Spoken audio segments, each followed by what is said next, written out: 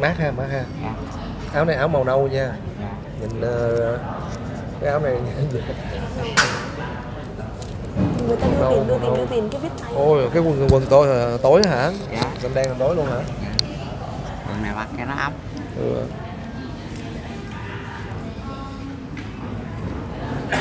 Em cầm này được rồi. Được rồi, nhiều được. Cái này là nói nè. Dạ kính chào quý vị khán giả thân mến. Buổi sáng hôm nay là sáng ngày 21 tháng 12 năm 2020 thì đêm hôm qua thì là một cái đêm diễn của anh Thanh Điền mà mình nghĩ rằng rất nhiều cảm xúc. Hôm nay mình cũng bị khen tiếng luôn à, quá vui quá. Quý bà con thương yêu ủng hộ anh Thanh Điền nói riêng và Show Diễn Cuộc Đời nói chung. Anh em tụi tôi là thật sự rất là hạnh phúc. Và cái hạnh phúc lớn nhất là ngày hôm qua là anh Thanh Điền diễn trọn vẹn nguyên một show luôn, 10 mấy bài. Mình cũng không nghĩ là anh Thanh Điền có thể vượt qua được để tình trạng sức khỏe của anh này. Thì nói chung là cũng khó biết lắm, nay vậy mai khác. Qua lo quá trời đất rồi cuối cùng hết 12 bài tới cái bài độc tấu cuối cùng là đi dọc Việt Nam mà ảnh vẫn còn muốn chơi nữa đó. Anh Điền vui ha. Dạ vui thiệt chứ. Vui đã nổi mà. Xúc động mà về nhà ngủ không được. Nhà ngủ không được luôn. Về khách sạn ngủ không được. Dạ. Nhớ hoài. Nhớ tình cảm thiêng liêng mà cho khán giả gần xa đã ưu ái cho Thanh Điền. Rồi nhớ cái chương trình mừng cho chứ cái show diễn này nó thành công được thì mừng. Trong khi đó là cái nhờ ơn của anh Vũ Điền. Thôi ơn nghĩa gì. Anh em ta quý nhau, coi như có duyên nhau. Tình cảm coi như là hai anh em gặp nhau 2 năm về trước. Sông Điền. Có chị Nga vui vô cùng. Đó. Chị Nga hỗ trợ. Đây chị Nga xoài chua, Nga xoài chua đang tổng kết lại là cái số tiền của ngày hôm qua và cho tới sáng hôm nay là đã nhận được thêm bao nhiêu nữa. Và chút xíu nữa thì mình cũng sẽ ở tại đây mình xin phép mình công bố luôn cả cái số tiền mà Mạnh Thường Quân đã giúp đỡ và kể lời cảm ơn quý Mạnh Thường Quân. Một cái này không dây mà cũng rút nó sao ta? Ừ. Rồi cái này mà hút dữ lắm luôn á. Cái này chất lượng rồi nghe. Cái này chất lượng lắm. Hút chất lượng. Còn cái bạn áo cam kế bên Coleman đây là Bửu Vinh. Mà trong công ty tôi hay hẹo là con gái con rơi mình. Không phải nha, cái này mẹ gia đình Bửu Vinh mà coi được cái chửi tôi chết luôn. Quốc tế kêu quá. Đây là Bửu Vinh là thật sự là trong một tháng vừa rồi là đeo bám vô anh Thanh Điền để mà coi tình hình sức khỏe của anh này, đúng không anh Điền? Dạ vâng. Cũng không phải là đeo bám mà là hỗ trợ. Hỗ trợ Cảm ơn. Hỗ trợ. Rồi hỗ trợ rồi xong rồi hát cho Thanh Điền nghe mỗi đó. Thôi. Dạ buổi sáng. Đeo hát rất khả ái. Rất khả ái vậy. Đờn một nơi hát nẻo. Đâu có, nhưng có đờn đâu lần nào đâu. Đâu có đờn lần nào đâu. Bây giờ đi học hát đi con. Vô đó. Về học hát đi, theo tháng sau mình xuống dưới anh Thanh Điền mình sẽ nghe giọng ca của Bửu Vinh ha. Dạ, vô đó. Đừng nói tháng sau nghỉ làm nha. Đi làm show diễn cuộc đời cực quá, đúng không? Dạ.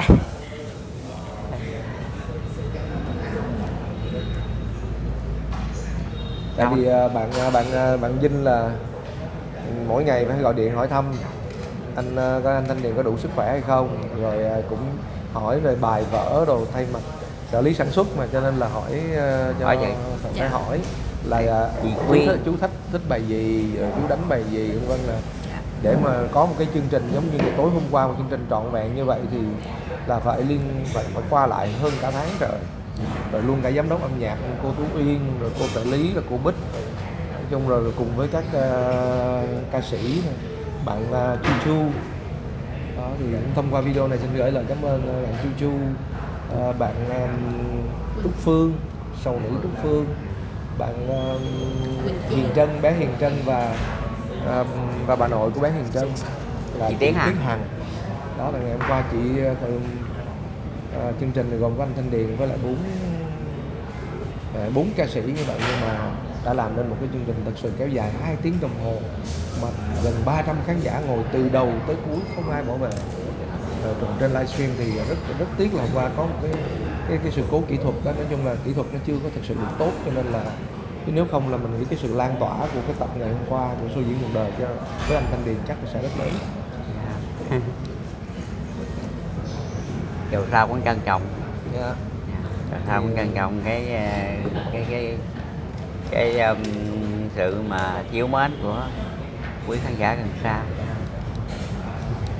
Thì nói rồi đó, cũng nhờ các vị ca sĩ ở trên thành phố xuống hát hỗ trợ cho Thanh Điền được, chứ nếu không thì cũng không có cái xúc động cảm hứng, cái nguồn mà nó dâng trào cảm xúc như hồng hôn. Cái đó sự thật mà nói. Hôm qua cũng có rất nhiều khán giả trên livestream cũng như là tại sân khấu thì cũng trước khi mà mình ra về cũng có gửi gắm nói là Solomon ráng giúp cho anh Thanh Điền là mỗi tháng làm một chương trình để gửi đến bà con cô bác nội điệu. Thì mình cũng không có dám hứa trước 100% đâu, nhưng mà sau cái buổi hôm nay thì sẽ nhờ có một anh Lễ đó, anh Lễ cán bộ xã xã Trung An, cán bộ xã Trung An là cái người đã đưa duyên cho mình đến gặp anh Thanh Điền, thì mình cũng có trao đổi với anh Lễ. Anh Lễ thì anh ngồi phía bên kia, anh ngại xuất hiện, nhưng mà anh Lễ là cái người đưa duyên cho mình gặp anh Thanh Điền, và mình cũng có nhờ anh Lễ là tới đây thì vài ba hôm nữa đưa anh Thanh Điền lên trên bệnh viện Trung ương, bệnh viện Đa khoa Trung ương Cần Thơ để mà để khám ngay cái rối loạn tiền đình của ảnh để tìm cách chữa. Nói chung là mình nghĩ là cái rối loạn tiền đình nó cũng không phải là một cái căn bệnh mà nan y chữa được, mà nếu chữa được thì Thanh Điền sẽ có sức khỏe rồi mình cố gắng mỗi tháng mình xuống thăm Thanh Điền, rồi mình làm cái show mini show cho nhỏ. Thứ nhất là vừa để cho bà con được thưởng lãm cái ngón đàn của Thanh Điền, thứ hai nữa là cũng giúp cho Thanh Điền kiếm được một chút ít đó để mà phòng thân sau này. Cái show mỗi tháng một lần đó chắc cái show bay lớn nè, còn cái show hôm thì cái show bay dài. Mỗi tháng một lần là bay lớn nè, nhiều này mini mà mini từ đây lại đây ngon chút mà. Thì đúng rồi, show hôm thì dài vậy nè. Đúng rồi. Một cái là show diễn cuộc đời lên sóng truyền hình nó khác. Đúng rồi vậy. Còn này show tình cảm. Dạ. Cái show tập 1 thì chắc thế nào cũng làm từ tập 1 tới tập 2 quá, thấy không? Đúng rồi. Show diễn cuộc đời mà 27 tháng 1 Thanh phát từ đầu quá. Đúng rồi, hết tập 1. Dạ. Thì có khả năng là sau đó một tuần là tới show của Thanh Điền. Dạ. Là nó sẽ rơi ngay vào trước Tết luôn á. Dạ. Ôi vậy là Tết này bà con sẽ có một cái chương trình hết sức cảm động, show diễn cuộc đời. Nắng có còn thương. Là trước Tết mình bây giờ mình về nè, xong rồi tháng Giêng mình xuống. Dạ. Đúng không? Tháng Giêng mình trước Tết xuống thăm Thanh Điền, xuống thăm Long Sơn Cổ Tự nè, rồi nói chung lúc nào về Cần Thơ thì ghé thăm Thanh Điền thôi, rồi đưa một vài ca sĩ rồi xuống hát, trong đó có Bửu Vinh, rồi giọng ca mới lên Bửu Vinh với lại Phương Nga xoài chua. Ôi Phương Nga. Rồi tay Nga mềm quá. Quý Phương Nga. Tay Vinh đâu? Tay ải tay ai? Quý Bửu Vinh nhiều. Hai đứa này là tay ải tay ai mà là giọng ải giọng ai luôn á. Bình Định. Bây giờ nè bây giờ mình nói Thanh Điền vậy nha. Dạ. Giờ mình sẽ đọc lại cái danh sách mà cái tổng số tiền mà bà con quý mạnh thường quân ở gần xa họ đóng góp cho mình đó, cho Thanh Điền nha. Dạ. Xong anh em mình cảm ơn quý mạnh thường quân. Rồi xong rồi xong rồi Bửu Điền sẽ đi về Sài Gòn, tại vì chiều nay phải có công việc. Dạ. Rồi Nga với lại Vinh là sẽ hộ tống Thanh Điền về Long Sơn. Mừng quá Nha. Mừng quá. Rồi được khác mình xuống mà mình lại ghé tiếp ha. Dạ. Rồi kính thưa quý khán giả, thì đây là con số của đêm diễn ngày hôm qua là ngày 20 tháng 12 năm 2020, tập show diễn cuộc đời tập 2 với anh Thanh Điền. Gia đình bé Hiền Trân 22.900.000, à, chủ khách sạn Vạn Phát hôm qua cái địa điểm mà tài trợ cho mình rồi cái địa điểm á là 5 triệu nè, một khán giả là một cái khán giả giấu tên là 900.000. Rồi tiền cái này là nhiều khán giả họ đi về sớm. nhiều khán giả đi về sớm, các cái khách lẻ là 900.000 rồi. Còn cái trong cái thùng quyên góp á, mình có một cái thùng bé bé của show diễn cuộc đời đó thì các khán giả ngồi tại sân khấu rồi đóng góp 12.449.000 đồng. Thì tổng cái tiền mặt ngày hôm qua là 41.249.000 đồng là hôm qua đã đưa cho anh Thanh Điền trong cái phong bì niêm phong. rồi cộng với 5 triệu của chương trình là hôm qua là 46.249.000 đồng. Được chưa? Dạ. Rồi về kiểm lại, nếu mà rơi rớt đâu thì báo cho Bưu Điền bù lỗ. Không, niêm phong rồi. Khó lắm, khó rơi rớt lắm. Dạ. Có đồng chí lễ bảo vệ nữa. Rồi thưa quý vị khán giả, rồi những bà con đóng góp qua cái platform fan8.club là tới sáng ngày hôm nay là 7.495.000 đồng, xem như là 7,5 triệu đi. Rồi số tiền mà quý mạnh thường quân tiếp tục tới sáng nay gửi về cho Nga Xoài Chua qua cái tài khoản của bạn Nga Xoài Chua ngồi bên tay trái mình đó là 69.770.752 đồng. Vô đó. Rồi tổng cộng là 118.514.752 đồng, cộng thêm 5 triệu của Colorman của show diễn cuộc đời nữa, đó là 123.514.752 đồng. Rồi thì bây giờ Nga đang mang cái số tiền còn lại qua đúng không? Dạ đúng rồi. Là 69 cộng với 7. Dạ đúng rồi. Đúng không? Dạ. Là 77 triệu á, 77 triệu hơn. Em 7 chùa. Để 7 chùa. Em 7 chùa. Dạ là 77.266.000 là em đang cầm ở đây. Đọc lại đi mà. Dạ. Đâu đây? Tiếng gì nha hay. Dạ 77.266.000 là con đang cầm ở đây để con gửi cho chú ạ. Rồi. Trong lúc Nga Xoài Chua đang cầm tiền trao cho anh Thanh Điền thì mình cũng xin tranh thủ mình đọc lại các cái mạnh thường quân đã đóng góp rất là thường xuyên cho Tiếng Rao và cho đến show diễn cuộc đời. Cảm ơn anh Hồng, khách Coleman Food 500.000, cô Liên bà ngoại được 1 triệu, chú BH 5 triệu, chị Trần Gia Tiểu My ở Mississippi 100 đô, anh Richardson Vũ 2 triệu, anh Tùng Nguyễn ở nước ngoài 3 triệu, cô Diệu Mỹ Canada 3 triệu, mạnh thường quân giấu tên 2 triệu, mạnh thường quân giấu tên 1.104.702. Vô đó. Thôn nữ Cà Mau, bạn này rất là dễ thương, mình cũng chưa bao giờ được gặp bạn nhưng mà tập nào thấy bạn cũng tham gia 200.000. Đó, cũng giống chị tình Nga. nhỏ làm sao quên. Rồi chị Trang là 5 triệu, ông bà Trương Cơ, Nguyễn Thị Năm 5 triệu, anh Việt Hàn Quốc.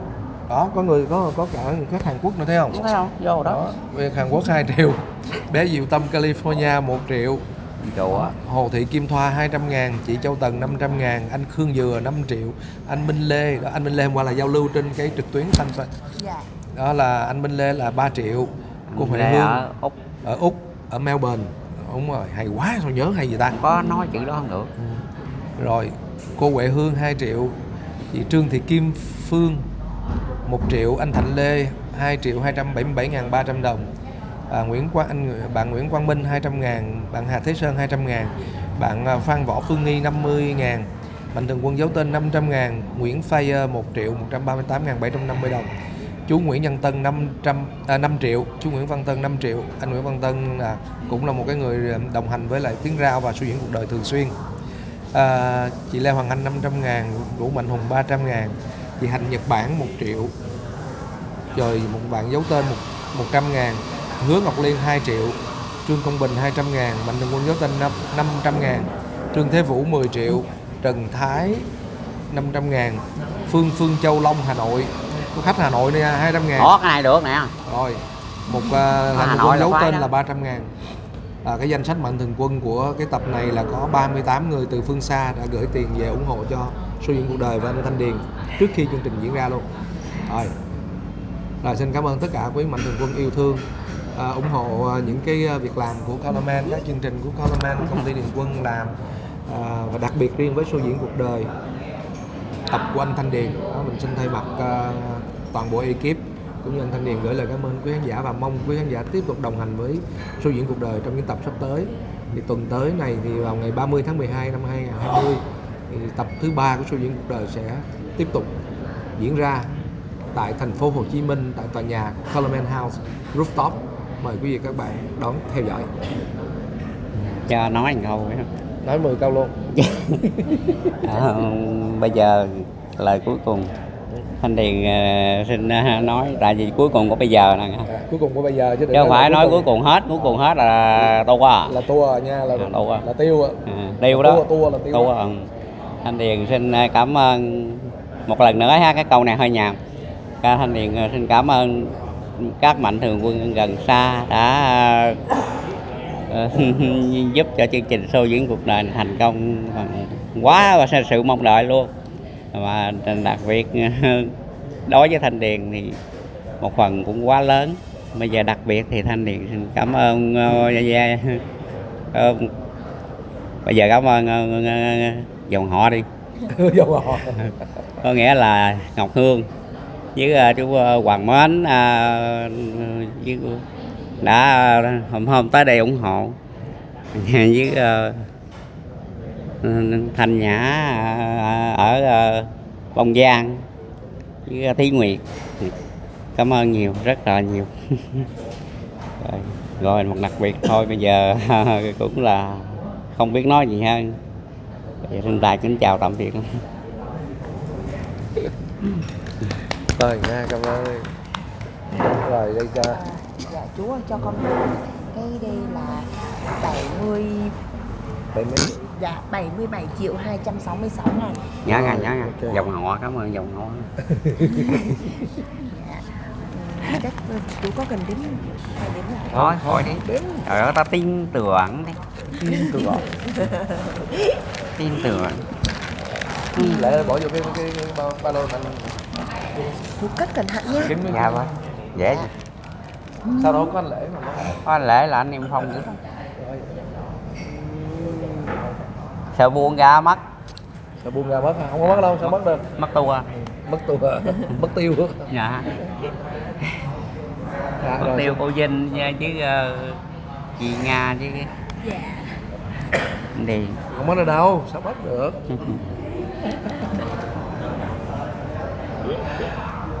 Cảm xúc động quá mà con, xúc động.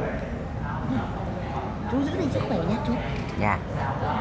Không, rồi sau cái này đi khám bệnh là vốn là chơi phà luôn. Dạ, vô rồi đó. Tại có cái từ đó, cái từ địa phương của Thanh Điền. Vô đó. Của Thanh Điền không à. Mấy người giống khác như là đờn đó đúng không? Dạ. Đờn giống như là kêu mình đàn rồi vô rồi đó. Có cái miếng đờn. Cái phím mà kêu bằng miếng đờn đó. Rồi. Còn nhớ vụ miếng đờn không? Nhớ. Cái miếng đờn Viettel. Cái thẻ Viettel. Cái đó Viettel chứ không phải. Ông nào mà phụ trách marketing Viettel nhớ tìm cách tài trợ chương trình này nha. Cái đó Mobi mà. Không, cái Viettel. Vậy hả?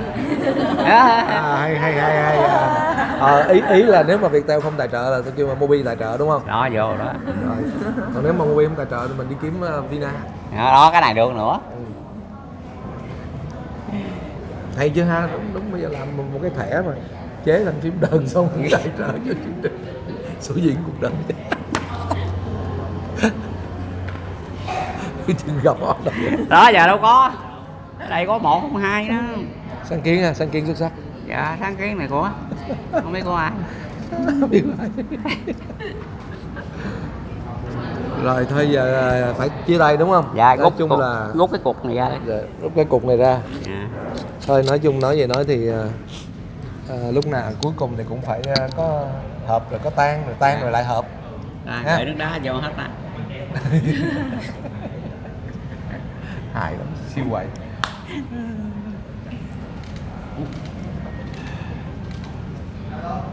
Rồi hẹn gặp một Nghe nói là không bỏ Thanh Điền mừng. bỏ cái được trời còn có bao nhiêu cái còn phải làm mấy theo lời yêu cầu khán giả nữa. Hàng tháng nè phải có một cái mini show cho Thanh Điền. Châu Chu nữa. Chu là xuống đi chơi. Chu cũng vui lắm á, nhỏ nó hát sáng đêm được luôn. Nghe rồi chú em. Nga sĩ. Bây giờ mai mốt kêu bằng nga là chín ngọt mình ăn cho nó ngon. Yeah. Để thầy chua ăn đâu có được, nhai đâu có được. Đối với Thanh Điền Nga thôi ngọt. Đối với Thanh Điền Nga ngọt. Nói chuyện rất là khá ái. Rồi. Thanh Điền đã lầm. Tiếng Hà Nội hay dễ thương. Yeah. Anh đã lầm đưa em sang đây. Dạ. Đây đây ha. Đó, đúng rồi.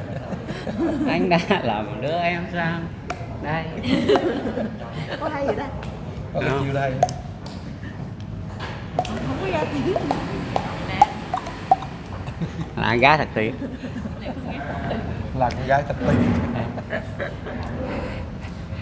Đó là kính lời kêu cô Châu Châu hát lại các bạn là con gái thật tuyệt nữa tháng sau có số. Đúng rồi, xuống hát các bạn đi. Là Hôm qua chơi bài lớp ngẫu nhiên mà hay quá. Ủa hay tàn hát thanh linh. Các kỳ này tốn tiền mua bản quyền nhạc hay nhiều. Không của con Lê Cát Trọng Lý đâu phải mua hòm mà được. Ông Lê Cát Trọng Lý. Thầy nữ. Tại khoái nhà tại cái tiếng Trọng Lý đó. Trọng Lý nào đâu phải nam. Trọng Lý cho ta tặng luôn mà. Trọng Lý không tốn tiền. 8 triệu có. 8 triệu có. 8 chữ có. Cái kế 4 triệu lắm. 4 triệu lắm. Ông nhận chút nhân ông sáng tác 4 triệu lắm cái bà Lê Cát Trọng Lý mà sáng tác 8 triệu có là gì? Hai thằng này cao hơn kia. Nó 8 lận. Thằng này mới 4 à. Rồi dạ anh em mình xin gửi lời chào tạm biệt quý khán giả một lần nữa. Cảm ơn quý khán giả yêu thương ủng hộ và cảm ơn quý mạnh thường quân luôn luôn đồng hành với các chương trình của Noel. Hẹn gặp lại.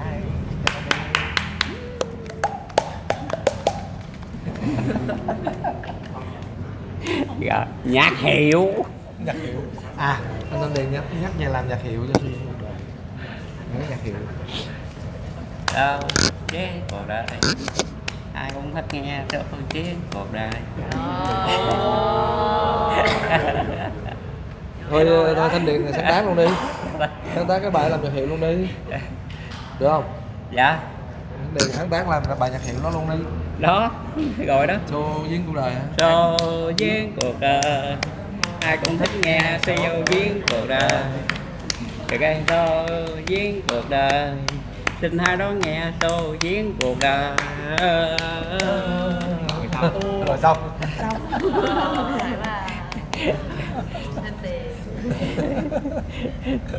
Cái tay hứng khẩu đó. Vừa gõ cái tự nhiên nhớ liền.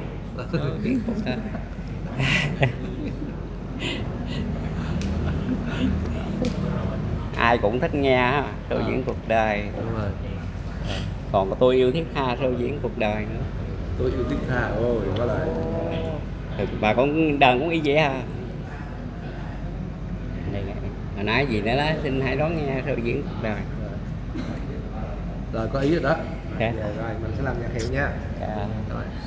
Nó chỉ có son Son. trưởng á, son diễn cuộc đời đô trưởng. Cái cuối cùng về đô cái đầu lên mê rê cái lên mi trưởng cái gọi hết đó rõ đó. Rồi cái này chắc đưa cái clip này cho cô Chị Uyên. Rồi chị Uyên sẽ dựa trên cái tứ của anh Thanh Điền ha, làm cái nhạc hiệu này để kỷ niệm để nhớ anh Điền được luôn ha. Yeah. Yeah. Yeah. Yeah.